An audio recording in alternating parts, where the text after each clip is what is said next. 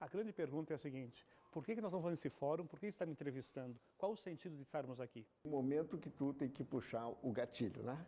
Da provocação. Porque provocar, entende, é te estimular a um novo.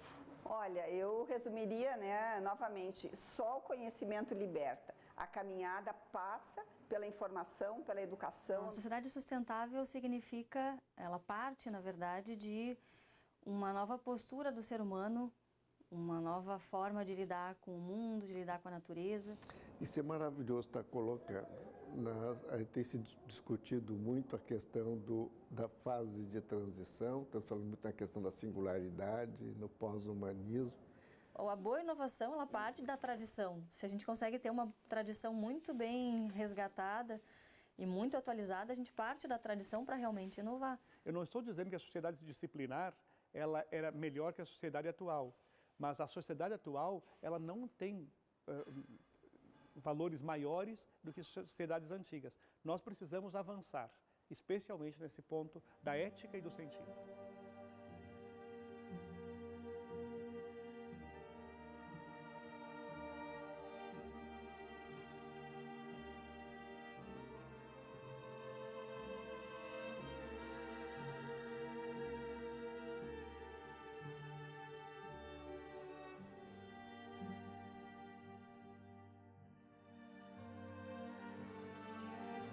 Celso é um filósofo medieval, que viveu ali em 1500, uma época bem sombria, né? Mas mesmo nessas épocas difíceis, houve filósofos inspirados, que trouxeram belos ensinamentos. E ele fala que na medida que nós aprofundamos o conhecimento sobre algo, nós também aprofundamos o nosso amor por esse algo, ou por essa pessoa. Então, na medida que se aprofunda o conhecimento, se aprofunda também o amor, o respeito, o carinho. E dessa forma, acredito que podemos aprofundar o nosso conhecimento sobre a natureza, sobre o mundo, sobre os seres humanos, aprendendo a tê-los mais próximos, a respeitá-los mais, a ter mais carinho, mais zelo, de uma forma natural, de dentro para fora, sem uma imposição, né? Sem uma regra. Eu faço assim porque me obrigaram a fazer isso, se eu não fizer, serei multado, ou vai vir uma repreensão. Conseguir encontrar uma via verdadeira que venha de dentro de cada ser humano. Isso vai sendo despertado na medida que a gente aprende a amar. E o amor vem através do conhecimento. Então esse é um dos filósofos que eu gosto de trazer quando se trata desse tipo de tema, para que a gente vá desenvolvendo uma ética natural, não uma ética imposta pela sociedade, mas que venha de dentro do ser humano. Bom, o conhecimento, ele é a base de tudo. Eu gosto de dizer para a minha turma aqui que só o conhecimento liberta. Uma pessoa que joga no lixo comum, ou uma bateria, ou uma lâmpada fluorescente, ela nunca faz isso porque ela quer poluir o meio ambiente. Ela faz isso porque ela desconhece o impacto que aquilo vai trazer. Quando a pessoa se dá conta, ela separa o seu resíduo, ela procura inclusive ser vigilante com os vizinhos, com os terceiros. Então a sociedade, ela protege aquilo que ela conhece, ela evita aquilo que ela sabe que vai ocasionar algum dano. E isso é da pessoa humana, a pessoa quer proteger o meio ambiente. Quando não faz, é porque não tem o conhecimento necessário para avaliar as consequências dos seus atos. Eu acho que a maneira de demonstrar que isso é importante é quando você começa a demonstrar, através de evidências científicas, os danos da não preocupação com a sustentabilidade. No momento que eu demonstro que isso tem risco para a sobrevivência da espécie humana, que isso tem risco para as descendências nossas, que nós estamos mudando o nosso meio ambiente de uma forma descontrolada e que isso poderá gerar uma crise em vários aspectos, entende? Desde da qualidade de vida, da questão da saúde, da questão de recursos naturais, na questão da alimentação, na questão da sobrevivência da espécie humana, eu acho que isso fica irrefutável, no momento que eu tenho isso.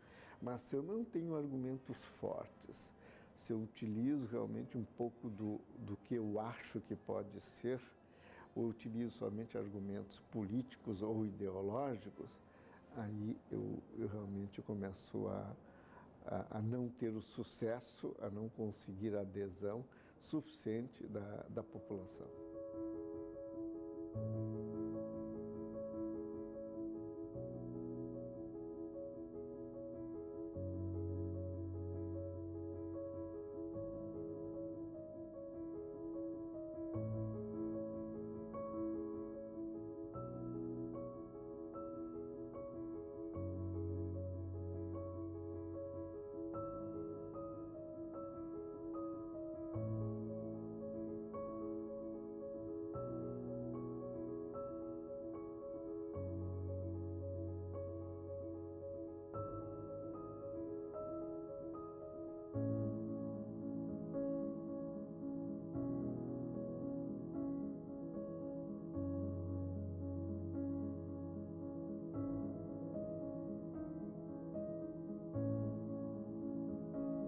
Conhecimento tende a buscar a verdade, mas a grande pergunta que nós temos a fazer é: o que é a verdade?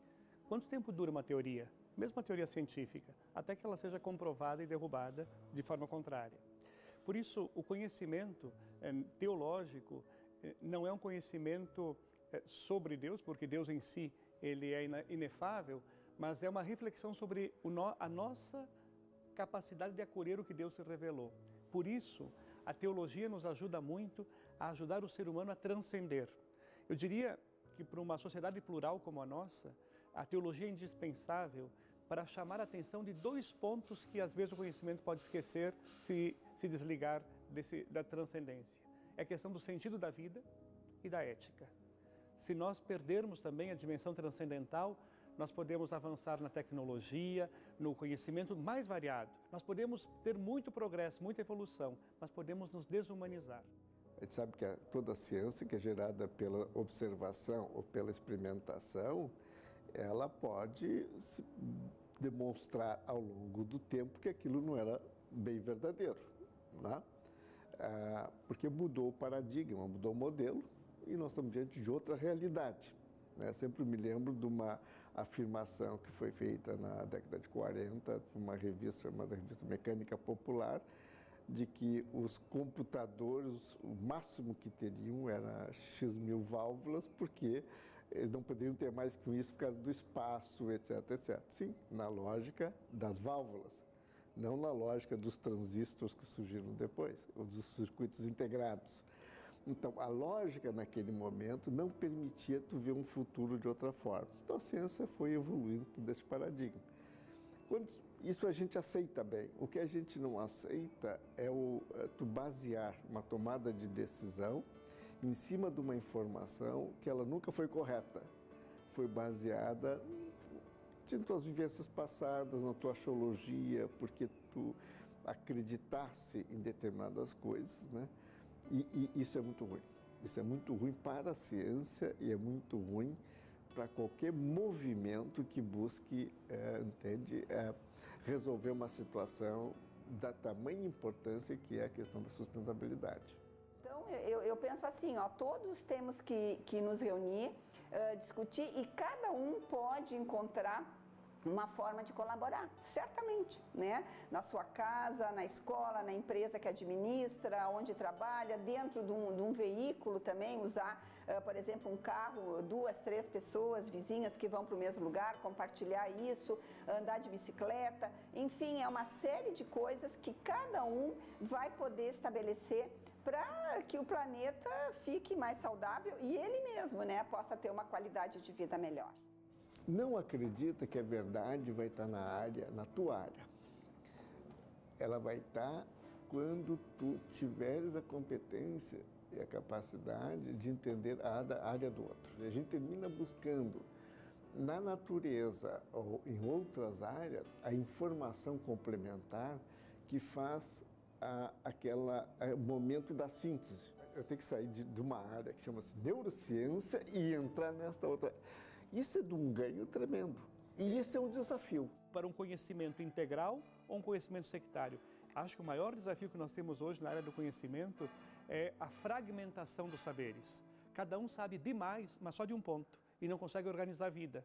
Então nós temos gênios em várias áreas, mas incapazes de conviver. E aí perdem a essência de quem são.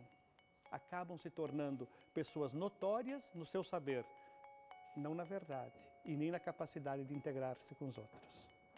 E essa busca da filosofia, ela sempre tem um aspecto duplo também, que é uma busca interior, por um ser humano mais uno, mais coerente, mais ético, mais verdadeiro, e uma busca por harmonia exterior. É o ser humano diante da sociedade, o ser humano diante da natureza. Então, esse trabalho filosófico por busca de consciência acontece tanto dentro do próprio ser humano, como na sua relação com os demais, na sua relação com o mundo ao seu redor. Então, um mundo melhor para mim seria aquele que sai de si mesmo, onde as pessoas saem de si mesmo, passam a olhar o que está em volta deles com o aspecto de tentar colaborar, de tentar construir realmente um mundo melhor para todo mundo. Antes de qualquer área do conhecimento, quem é o ser humano para mim? Quem é o outro, especialmente o outro? Porque nós vivemos uma sociedade também que tem que superar o individualismo narcísico, o ego inflado, onde cada um se acha melhor que o outro. A gente percebe que numa sociedade como a nossa, ser substituído é muito rápido. Tem sempre alguém mais rápido, mais competente e me substitui muito bem, às vezes até melhor do que das minhas ações. Mas eu sou único. A melhor forma de ensinar é o próprio exemplo. Não é esse sentido. O sentido realmente é conseguir gerar pequenas transformações na nossa vida que vai servir de exemplo para outros. E uma sociedade onde esses valores éticos, a essência do homem seja mantido.